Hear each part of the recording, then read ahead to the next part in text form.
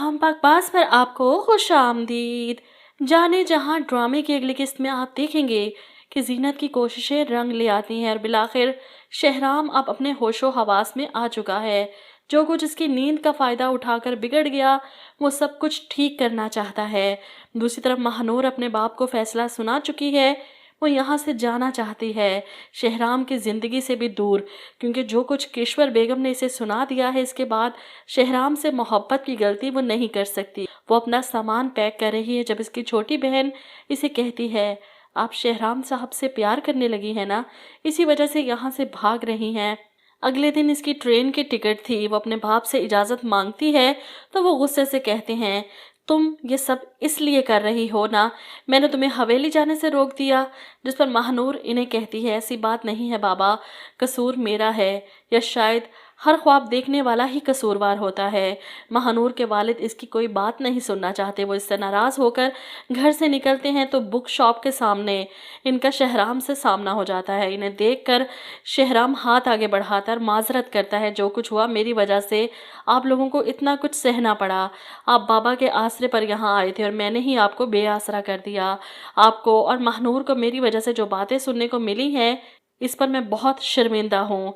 वो शहराम को गोलमोल जवाब दे जाते हैं। घर जाते हैं तो अपनी बीवी और छोटी बेटी को बताते हैं कि शहराम साहब से मुलाकात हुई आज, शर्मिंदा हो रहे थे। मैंने भी कहा जिस वजह से गलत फहमी थी, जब वो वजह ही नहीं रहेगी तो किसी बात का क्या फ़ायदा। महानूर चली गई क्या? वो बताती हैं, जी इसकी ट्रेन का टाइम हो रहा था। इस पर वो अफसोस करते हैं, मैं तो ठीक तरह से मिला भी नहीं इससे, और वो चली भी गई।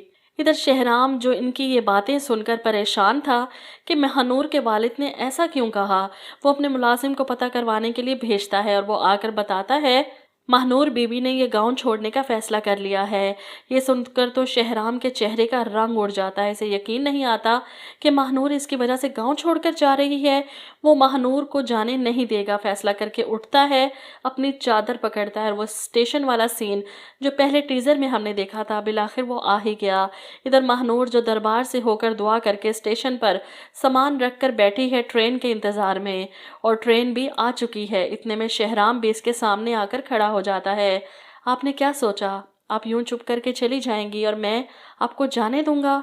नहीं महानूर, आप पर जो इल्ज़ाम लगे हैं मेरी वजह से, मैं सारी ज़िंदगी खुद से नज़रें नहीं मिला पाऊंगा अगर आप इस तरह यहाँ से चली गईं।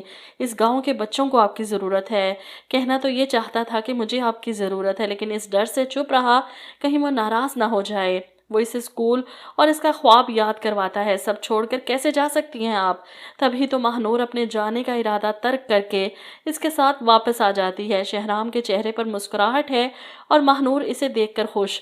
दोनों के ख्वाब एक हैं, लेकिन जालिम समाज आंखें नोच लेते हैं ऐसे ख्वाब देखने वालों की।